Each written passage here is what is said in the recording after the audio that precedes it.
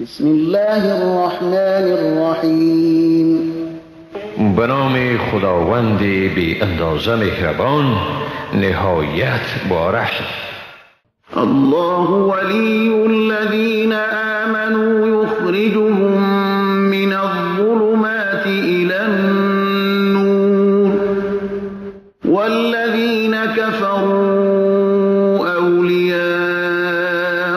الطاغوت یخرجونهم من النور إلى الظلمات أولئك أصحاب النار هم فيها خالدون.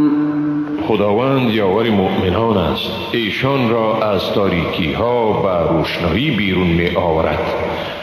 و کافران یاورانشان شیطان است که ایشان را از روشنایی به تاریکی ها می کشانند. هم ایشانند اهل دوزخ و در آن همیشه به سر می برند. ألم تر إلى الذي حاج إبراهيم في ربه أن آتاه الله الملك إذ قال إبراهيم ربي الذي يحيي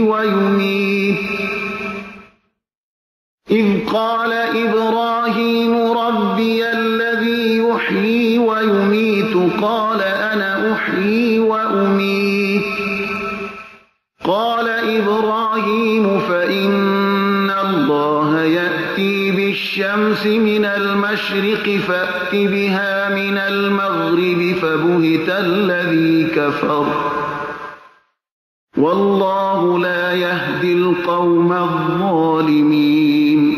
آیا تو به سوی آن کسی ندیدی که با ابراهیم درباره پروردگارش مجادله کرد از اینکه خداوند به آن شخص پادشاهی داده بود، هنگامی که ابراهیم گفت پروردگار من ذاتی است که زنده می‌گرداند و می‌میراند. آن شخص گفت منم که زنده می‌کنم و می‌میرانم. ابراهیم گفت حقا که خداوند آفتاب را از مشرق می‌آورد، پس تو آن را از مغرب برآر. آن کافر مبهوت و درمانده شد و خداوند قوم ستمگار را هدایت نمی کند.